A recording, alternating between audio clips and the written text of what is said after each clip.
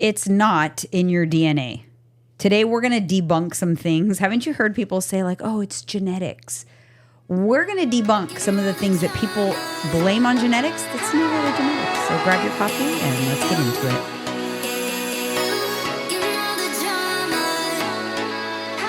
You do have the coffee. I do this time. Look at you in your... decaf, but I got coffee. In your, like, fall vibes. Pumpkin.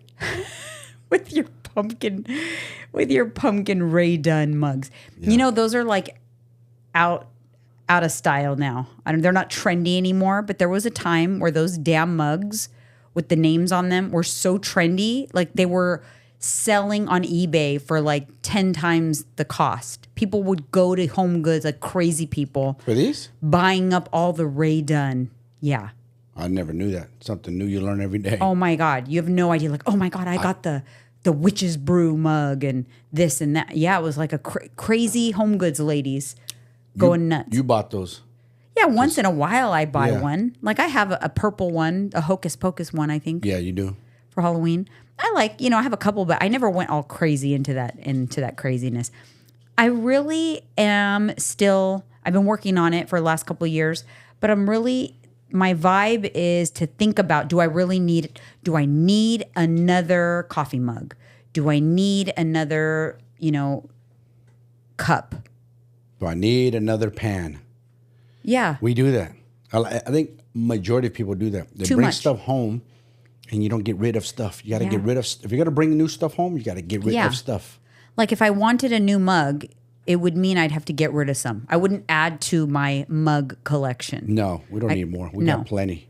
Yeah. For 3 people in this house, there's plenty. It's just craziness, the amount of things. Some things we have too much of, and then some things we haven't replaced in like 25 years. Everybody's like fucking hoarders in their own way. Yeah, I'm trying to be more mindful. Yeah. I really am. Like, even for like makeup, perfume, just anything, I'm like, wait a minute, do I really need this or do I have plenty of this already? I've been really, really a lot more mindful. And, it made a difference. It's a work in progress. You get to this point, sometimes you realize that you're a little bit of an overconsumer. Like, I'm even kind of wanting to chill out on decor and stuff like that. Like decor like for the holidays. Gotcha. Yeah. You know what I mean? Like even like Halloween. Less is better, man. I just don't feel like putting shit away. Yeah. And putting it out and all of that. You like doing that stuff. I don't. These dogs are going to decide to play right now, honestly. All right, you guys. Happy Monday. Let's do a little bit of housekeeping.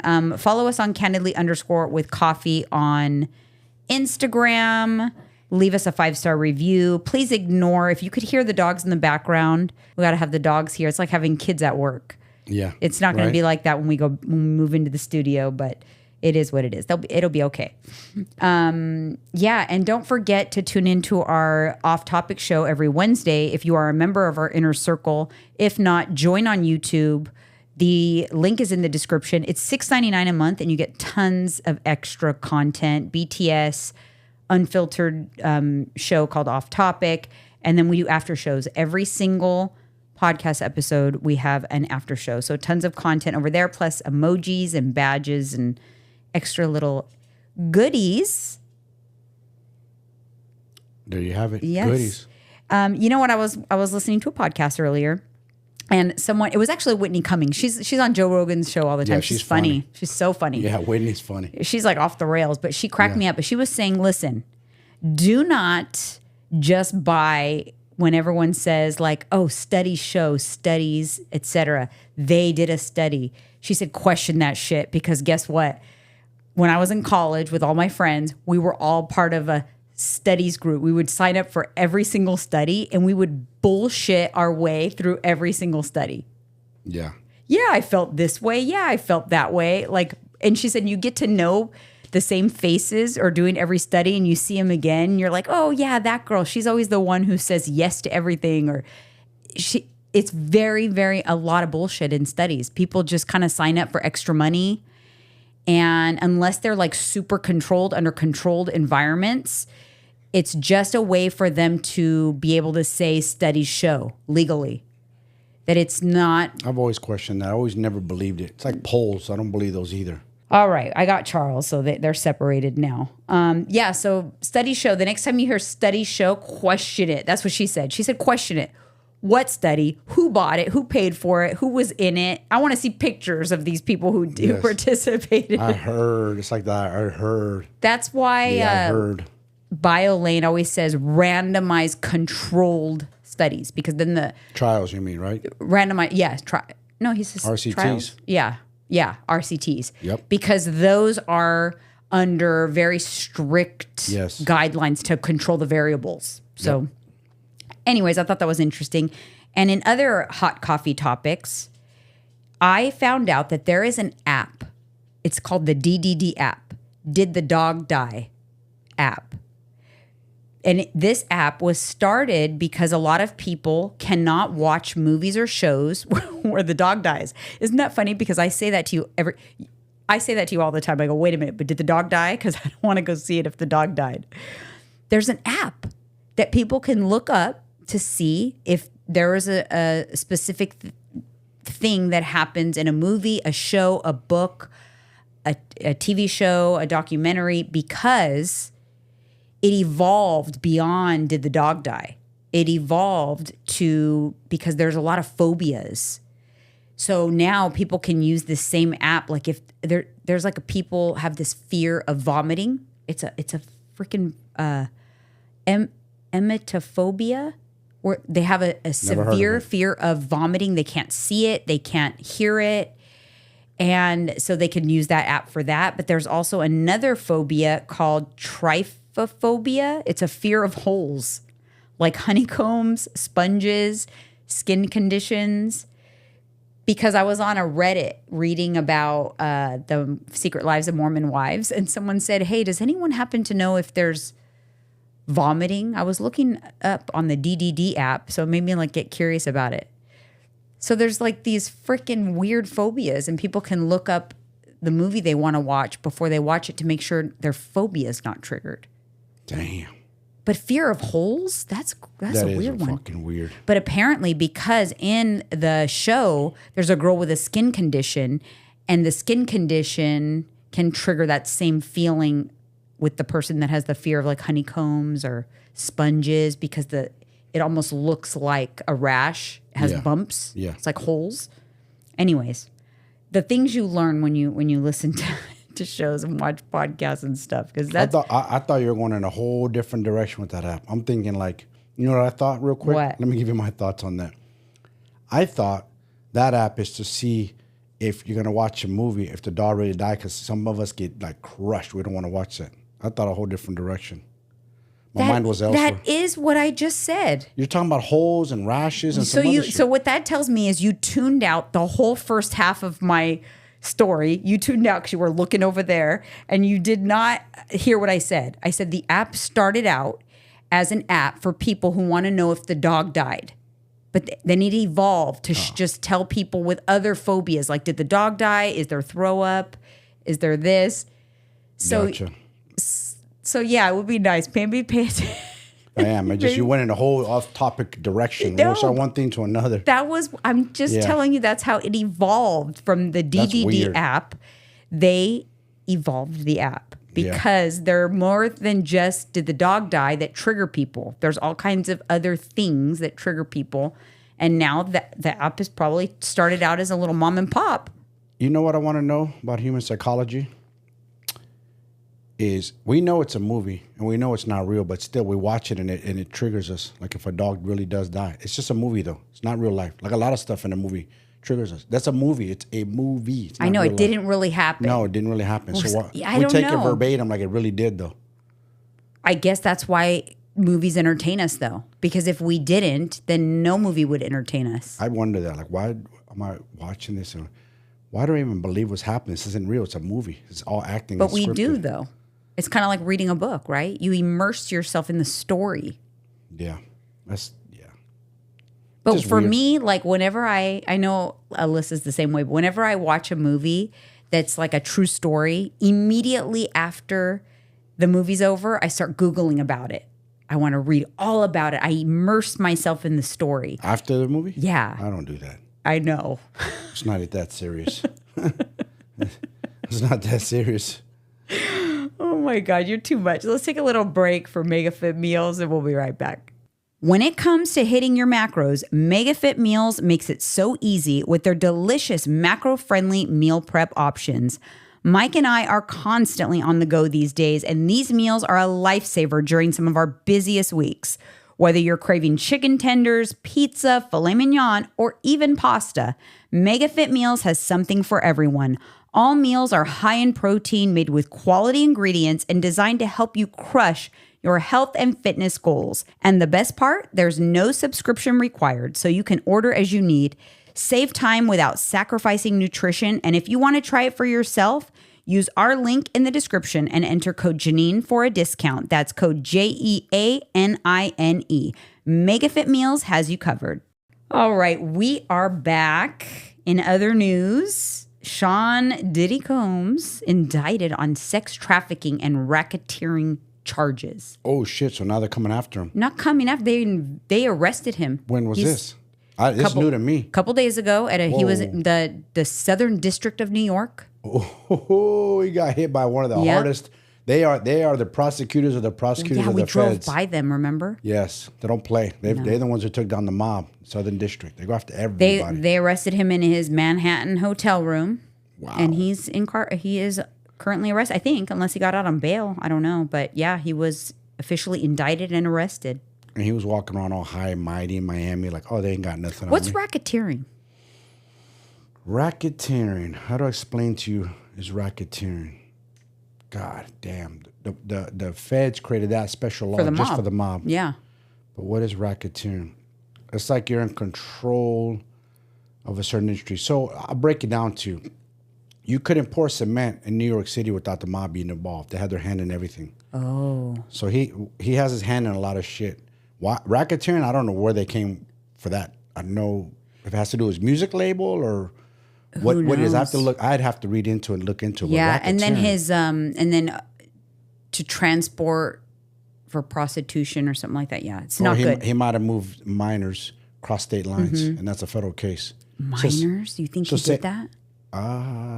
It's possible, man. I mean, R. Kelly did it, and a lot of these dudes in the industry are doing it. There's a lot of stuff coming out about P. Diddy. Well, that's what I'm wondering. My next thing was, how much do you think is going to come out now that the case is like, is a lot of shit going to come out? Yeah, I think a lot of former artists are going to come out. People have already been coming out against him. I mean, you've seen that one girl. The video went viral where he assaulted her in the hotel. Yeah. And at the what's that special? I'm sorry, that hotel in Beverly Hills, that popular one our celebrities stay at, Kardashians stay at. We've driven by it many times. The Beverly something. The Regent Beverly Wilshire? I don't know. Beverly Hills Hotel? That might be it.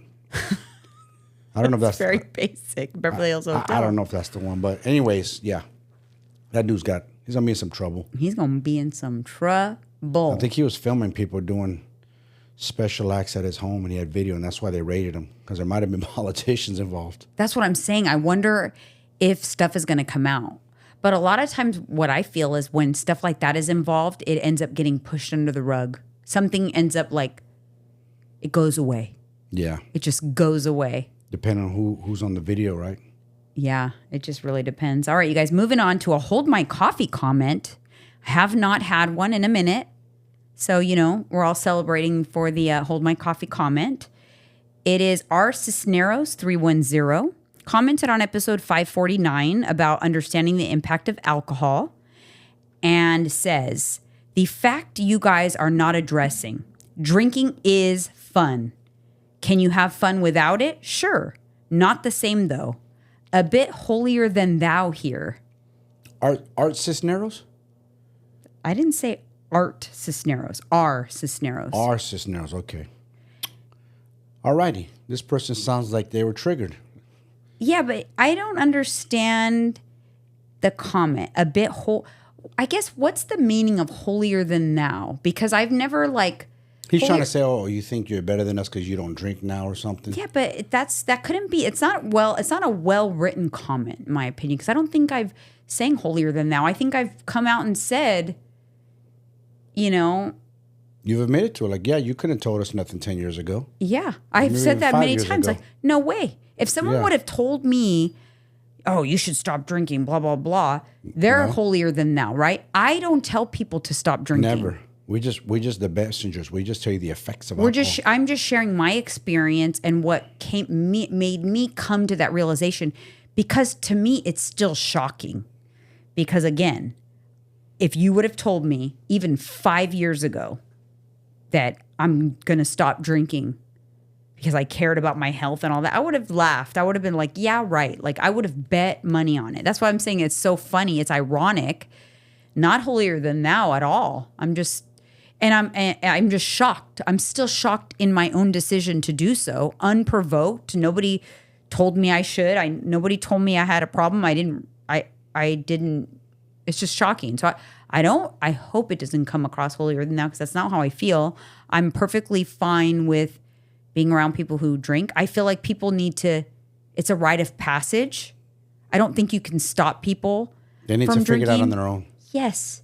People figure shit out on their own time. Somebody can have all this amazing proof and facts and whatever in front of someone's face, but until they are ready to see it, they're not gonna see it. So there's no point in, lecturing people. I would never lecture anybody in my life or whatever. We talk about it here on this show, but we're not in a room counseling people to not drink. We're just talking about it in general. The effects, and we talked about the dangers behind it. Just because my eyes are open now, so I share based on my open eyes. But I do have, can you have out, drinking is fun. Can you have fun without it? Sure, not the same. That I debate. You can have fun, the same, even more fun. I'm present in the moment. I remember everything now. Yeah. Even better. I'll elaborate. Our trip in Miami, that was our first time ever in Miami. I remember everything we did. Me too, and I had a blast. From day and night. Right. I've been in Miami in the past many times with you, and sometimes I don't remember things. Yeah, like those memories are gone. Yeah. Like, how many trips do we hardly remember? It's kind of sad. Even Vegas. I know I've been there a lot of times. I had a lot of fun, but I was there. I had fun, but I don't remember it all the way. I used to get mad sometimes thinking, damn, I drank too much. The night went by in a blink because I drank too much and now I don't remember it. I used to get mad because I used to try to tell myself, it goes by in a blink. I used to try to tell myself, okay, you're gonna have fun, you're gonna drink, but stop, get to a certain point and stop, because that way you can thoroughly enjoy the night. And then I would want to look at my clock and go, oh yeah, cool, we still got 3 more hours, this many more hours. So I was trying to stretch it. But then there becomes a point where suddenly you just open your eyes and you go, oh shit, the night's over. Right? That's what I'm saying. Fucking don't remember half of it. No. Yeah. Hated that. I remember that story with your brother. We went to go eat after. Yeah. And he doesn't remember the meal afterwards. He was questioning Lorraine, like, did we eat after? Yeah, they were kind of arguing about it. Remember, he was mad because he knew it was like he was looking forward to it. Mm-hmm. But he was so bent, he don't know. I hate that. So I do say, yes, is drinking fun? Yeah, it's fun. Of course it's fun. But you're in an altered state of mind. But yeah, I do think it can be just as fun not drinking. I feel like I've had more fun because I can remember, because I can be in the moment. And to be honest, there is no better feeling than having fun, being social, but opening your eyes the next day and not having to think, wait a minute, am I hungover or not? Yeah. And you don't really know yet for like the first 10 seconds. And you're like, oh shit, I am. or if you're listening, our Cisneros, how fun is it when you're laying in bed and the room is spinning? Oh, I hate that. Is that fun? No. Is it fun? No, it's terrible. So, but I've had many of those moments where spinning. I used to put one foot out of the bed because I was trying to stop the room from spinning. So I would put one foot because it made me feel like I would. And then I was just hating my life. Yes. And then I was just hating my life. So that's the question, you guys. I want you to answer the comment. Is it fun when you close your eyes and your head, the whole room is spinning? Yeah. Yeah. Anyways, all right, you guys. Let's take a little break for One Up Nutrition.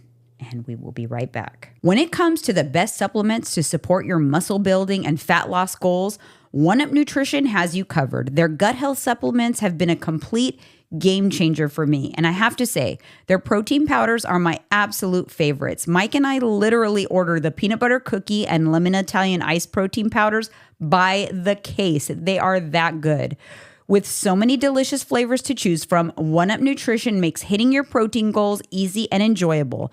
So whether you're looking for supplements, protein powders, or anything in between, shop One Up Nutrition for all your needs. And don't forget to use Janine to save at checkout. That's code JEANINE. All right. So have you heard anybody ever tell you like I can't do this because of genetics, or I'm predisposed, I'm going to get this because of genetics? I've heard many things like that. Yeah. So there's a lot of things. And you know what? You are what you believe, for one. I do believe strongly in the power of the mind. Yep. I do believe that. Yes. And I do believe that now having even brought this topic up makes me want to question myself and dig a little deeper into the truth and the facts associated with the cancer and how it passes down from generation. I know there are certain gene mutations that cause it to be, you're at a higher risk. I know with breast cancer, there's certain gene mutations that you can actually get tested for, which I think I probably should do that. I need to look into that, because yes, there are some things that are not within your control necessarily.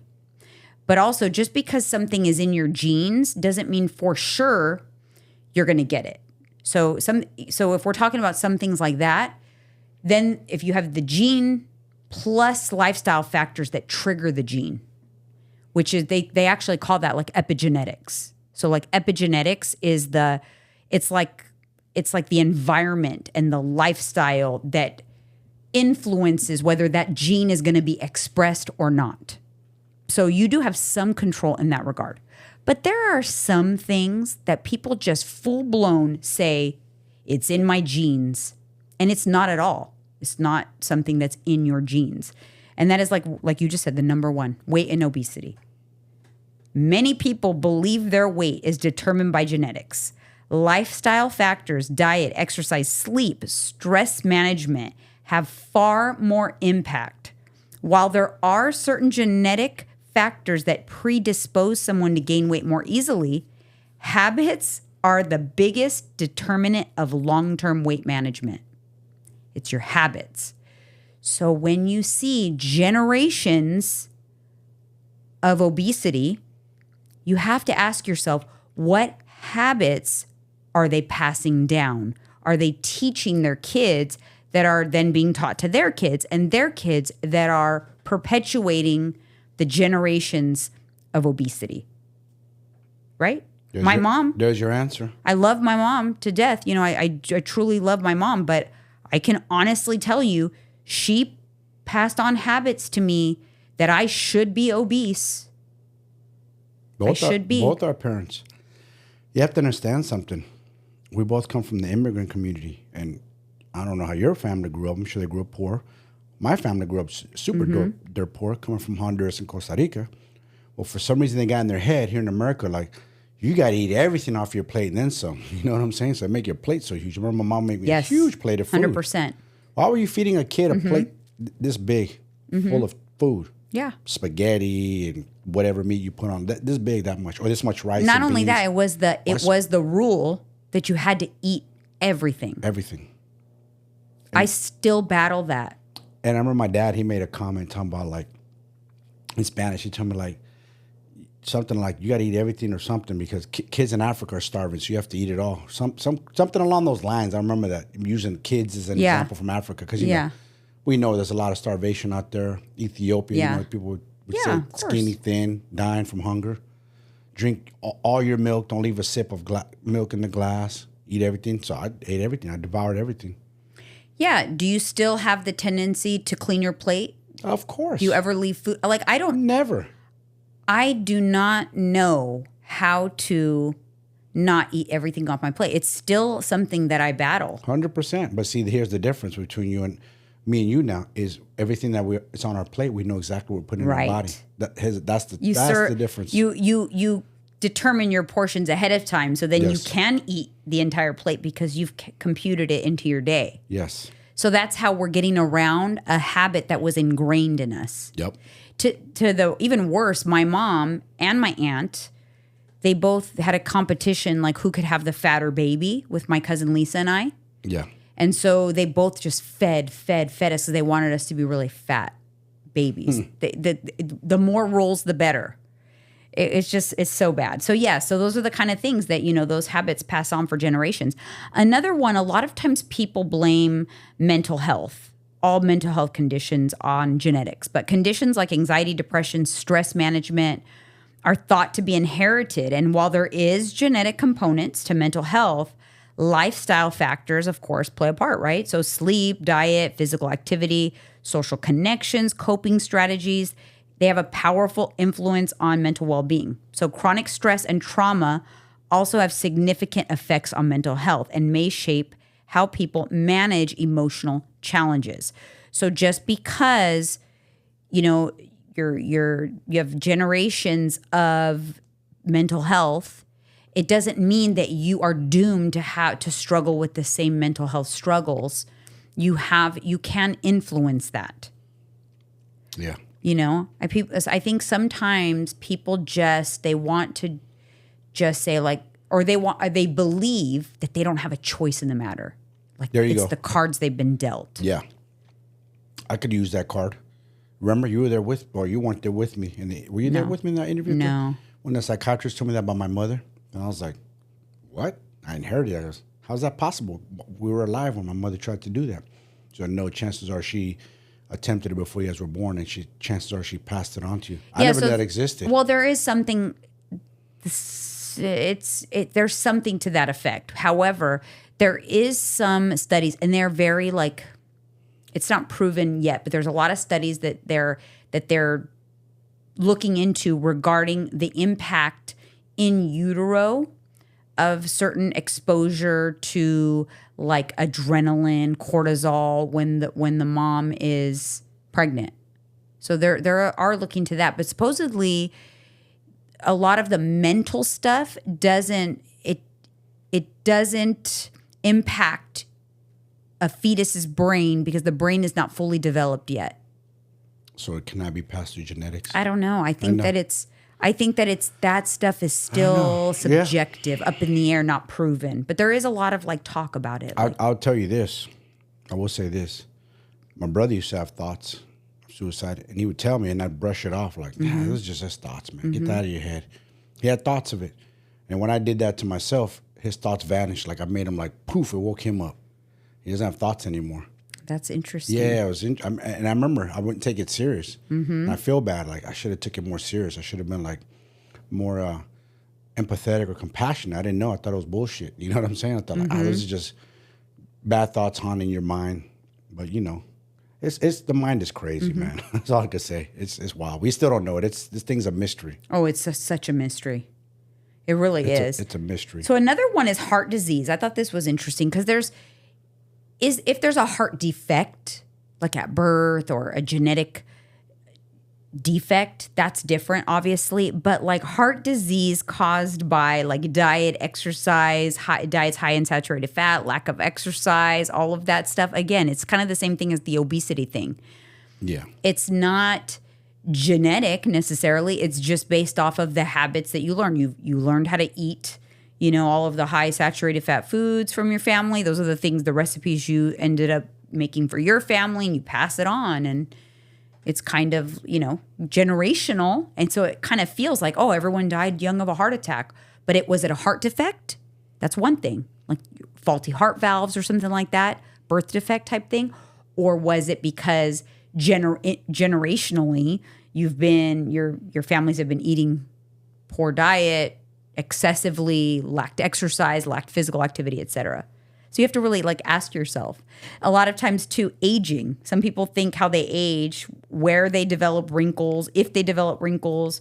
Their skin, like they think it's purely genetic, but it's not. Again, lifestyle factors, sun exposure, diet, hydration, alcohol consumption, stress, all of that stuff has a bigger impact on your aging than your genetic disposition. Interesting. You know what's crazy too is a woman and women in general, they'll spend hundreds and thousands of dollars on filler and skincare and all of that. But the number one thing that you can do for your skin is hydrate. Yes, 100%. It's a hydrate. Hydrate. It's so funny because my clients. It's right there. The answer's right there, lies in front of you. Not just hydrate, but just maybe take a look at what you're ingesting, put it into your body, what are you eating. You know what I'm saying? Like that, just switching that No, but around. specifically hydration. And I notice it makes an immediate difference in my skin. Like if and because alcohol severely dehydrates you. That's why you get sick.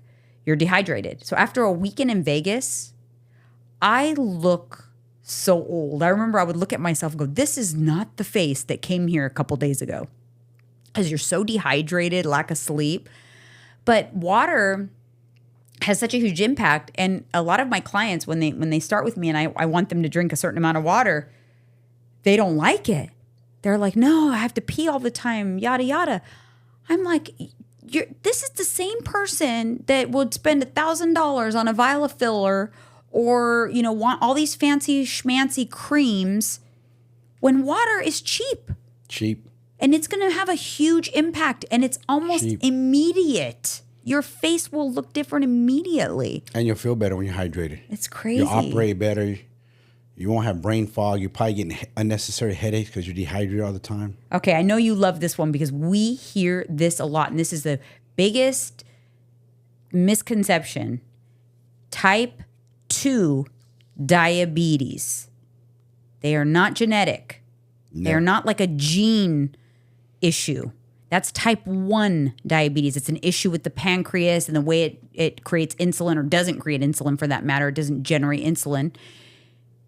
Type 2 is usually lifestyle factors, diet-induced weight, all those things. Guilty. Mm-hmm. I used to say that. Mm-hmm. When I was younger, I said, oh, yeah, diabetes runs high on my mother's side of the family. I didn't know any better. I thought it was genetics. I would tell people, yeah, I got to watch out because I might get diabetes if I don't watch it. It's also one of those things like, can you have, is there a genetic predisposition to potentially being more likely to get type 2 diabetes? Yes. But the bigger influence on that, whether that gene is expressed, is in your lifestyle.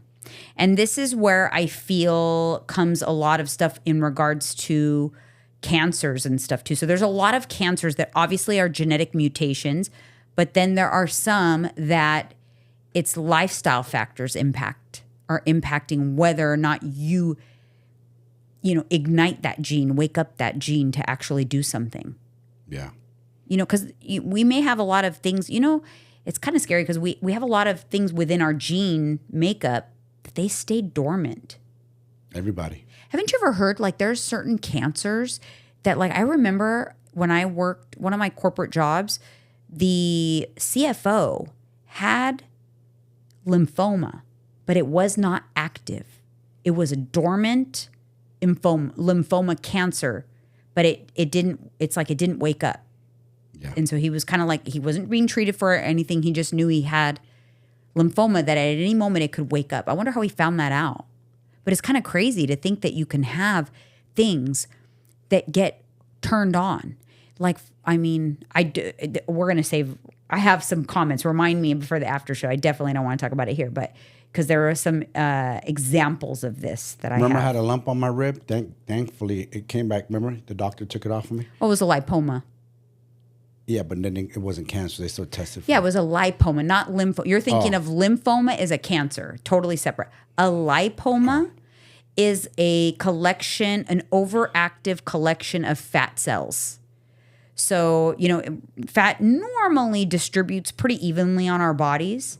But if you have, some people are, again, genetically predisposed to maybe having overactive fat cells, so they'll accumulate in one area. But a lot of times that could be also you've altered something You've taken something or altered something that causes that. It could happen sometimes. Interesting.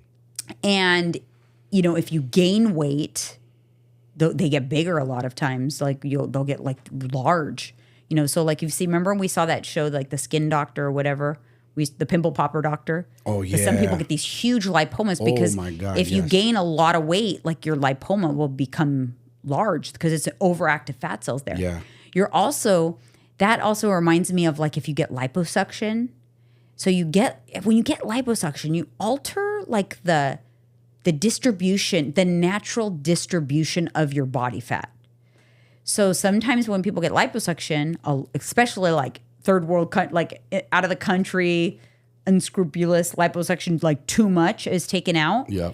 Then their fat cells get all messed up. And then if they go to gain weight, they gain weird pockets of weight, and lipomas and stuff will formulate because the cells in certain areas, like it wants to go to the abdomen, but they took all the fat cells out of there. You're not supposed to take too much. Or maybe there's 3 or 4, I'm just joking, but maybe there's some bot surgeries. Maybe there's a few random fat cells still left, so you'll gain weight and you'll have a lumpy stomach. We've seen that. That's kind of weird, but that's when you mess with things too much, then you kind of throw things off. But okay, the next one, muscle tone and fitness. Many people think their body type or fitness level is dictated by genetics. Genetics can influence things like muscle composition and metabolism, but consistent exercise, nutrition, and sleep play a much larger role in shaping muscle tone, endurance, and strength. Again, lifestyle is a bigger impact. Yeah. So I think the moral here is most people think genetics is the biggest impact, but the truth is lifestyle is the bigger impact for all of these things. Energy levels too. Fatigue, some people think, is part of their genetic makeup. However, energy levels are influenced by diet, eating nutrient-dense food, and hydration, sleep quality, physical activity. This is interesting, cholesterol. I have heard that some people are just genetically predisposed to storing more cholesterol. I've read that now. Some actually is true. Yeah, but which it is true. Some high cholesterol can be attributed to genetics, but it's significantly impacted by lifestyle factors, especially the consumption of processed and fatty foods. Smoking also. Many people, regardless of their genetic disposition, can manage cholesterol levels just with diet and exercise. Hey, diet and exercise, man, is where it's at. Works wonders. The blood work don't lie. That is so crazy. Also, immune system strength. A lot of people think that the strength of their immune system has to do with their family traits. I have a weak immune system or I have a strong immune system, but it all boils down to, I know people must be tired of hearing the lifestyle talk, but it's true. Lifestyle factors. But chronic stress and poor nutrition can weaken the immune response while healthy habits strengthen it. I mean, I almost can't remember when was the last time I've been sick. And I think me and you both, where we felt it, but our body fought it off right away. And I think we're immune system stronger than ever because the lifestyle we do live. Mm-hmm. And one biggest factor is we stopped drinking. That changed everything. I used to always get sick coming from Vegas or a trip or drinking anywhere. Mexico, Any travel. Always got sick. Remember that? We both? Yeah.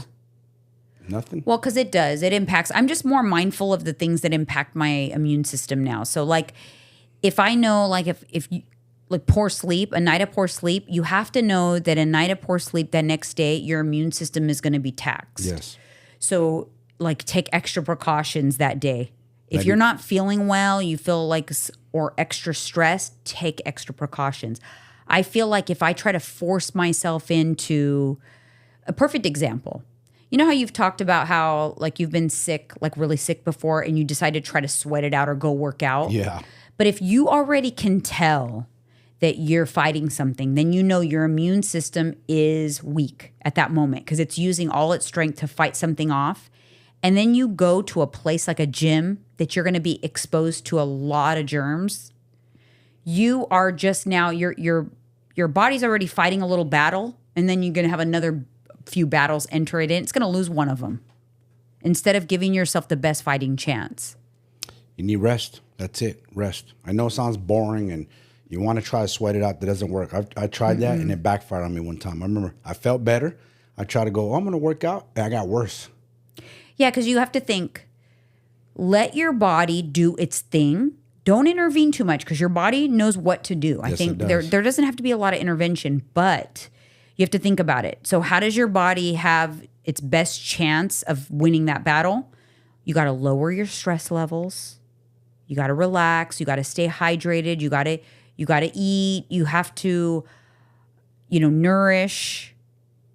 But you have to like limit your exposure to potential other germs entering into an already weakened immune system. That's what happens when you come back from a trip, right? You're exposed to way more germs than normal that your body's not used to. That's why you're more likely to get sick when you travel.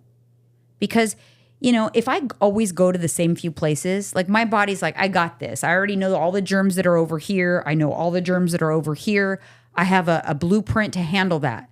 But then if I travel to a completely different location, I know that now I'm exposed to a bunch of other stuff. When I got back from San Diego, I felt like a tad bit like my body ached a little bit. I can always tell when my body's fighting something. And I thought to myself, that makes sense. I'm probably just fighting off something that I wasn't used to being exposed to because I was on a plane. I was in a different place. So you're in a capsule trapped with a bunch of people. Mm-hmm. So I just relaxed. I took my vitamin C, drank a lot of water, and I was confident that I wouldn't get sick because my body's pretty good at fighting things off. And when we do get sick or our immune system's compromised, we start craving like heavy food, and people start giving into that. Now you're putting shit food in your body, not putting your nutritious food like you normally do. I think it's important, and staying hydrated too, even though your throat might be a little funky. Keep drinking water. Down that water. Keep your body hydrated. Yeah, well, it'll help reduce the cravings too. You get the cravings because cortisol. Yeah. It's nice to understand this stuff. Like, we're both in tune, but a lot of people are not. They don't know how to, I always say this, they don't know how to drive their own vehicle. That's because they're too much out of whack. Yeah. When you have too many things out of whack, you can't pinpoint, too many variables. Can't pinpoint what the problem is. Same like when someone is not sure what food is bothering them. Well, if you're eating 25 million different kinds of foods, you're never going to know. You have to kind of take it all the way back down like an elimination diet. Take it simple. Remove one thing at a time so that you can pinpoint, okay, when I removed this, then I felt better. But if you try to do something completely different, try to do some crazy diet, you're not going to know which thing it was that bothered you. True. There's something that's triggering, and sometimes, and we talked about it on the last episode, you could go about life just fine and dandy, but then you encounter something changes seemingly, and you suddenly have horrible reaction, and you don't attribute it to what you're eating or whatever because you've always been able to eat those things and do those things. You never had an issue. It's kind of like when I thought I had the shellfish allergy. I don't really know what that was. It's very strange. Still. It is. I was for sure you had that. 100%. Me too, because I had some really crazy reactions after eating. You did. After eating it. And even then here locally, you had a piece of a roll. I remember you got sick that night. I'm still cautious. Like I wouldn't go, balls to the wall and eat tons and tons of shrimp on a trip because I wouldn't. No. Because I wouldn't trust it, especially if I was traveling like to the Atlantic side, like the east side or the East Coast or something like that, or out of the country. Very, very careful because I know that I'm sensitive. My stomach can be sensitive, and as soon as you introduce something new, that's when it gets thrown off. However, I have been just really bad in the past about continuing my supplementation. I haven't been as on point with supplements during those years. Like recently, when I travel, I still make sure I take all my things. I take my gut health supplement. I make sure I get my pre and probiotic. I'm staying hydrated. I'm still taking magnesium. Because if you let all of those things kind of go to the wayside when you're on vacation, then even just that is going to be a stressor on the body. Yeah, I mean, you went to Miami. You didn't get that. I remember you didn't get sick once. No, the only thing, I got a little gassy after Fogo de Chao, but I know exactly why, because It we kind had of both messed our we had stomach up. fried cheese, Yeah. and I had way too many servings of the fried cheese, but it was so good. It was fried cheese in honey. Oh, it Oh, was that's dope. right. I had like 5 pieces of that. And I knew anything that's fried, I get the same kind of sickness. Or like if it has like a lot of oil on it. Yeah, oils. You get even when we went to San Francisco to that restaurant with your cousin, something you order with oils. I could tell right away when I looked at it. I was like, this is going to bother my stomach. Yeah. You're very Or sensitive. one time, oh my gosh, we went to the most delicious, I wish I could remember it, the most delicious restaurant in downtown LA with, what was his name? Daniel. I can't remember that It was either. a Mediterranean restaurant. It was Yes. a beautiful restaurant, by the way. Tons of greenery inside. It was done so Yeah. well. It was like a rooftop, really, really nice restaurant. It was Mediterranean, my favorite. And we had a million different hummuses. It was so bad that my stomach started just swelling while I was sitting there. It was just getting bigger. And granted, I overate, but it was lots and lots of olive oil. And like I said, back then, this was maybe, 6 years ago, I was not on top of my gut health. I was not taking digestive enzymes. I was not taking pre and probiotic. And back then, olive oil, it hurt my stomach a lot. And I could hardly walk out of that restaurant. I think they wanted to go somewhere after, whatever. I looked at you going, I'm in big trouble. My stomach was this big. Yeah, you get like descended gut. It was so bad. It was so bad. Yeah. But that was a delicious restaurant though. It was good. I couldn't remember the name. If you said I'll give you $1 million, I don't remember nothing. I don't remember how we got there. I just remember it was downtown LA. It was in a downtown. trippy area. It looked like in the cuts It somewhere. did, but it was a very popular restaurant. Yeah, it was popping. It was really nice inside. There's a lot of like hidden gems downtown LA. Yeah, there is. A lot of hidden gems, a lot of cool rooftop restaurants and things like that. But all right, well, I think that's about it. So thank you guys so much for tuning in, and we'll see you guys on the next one.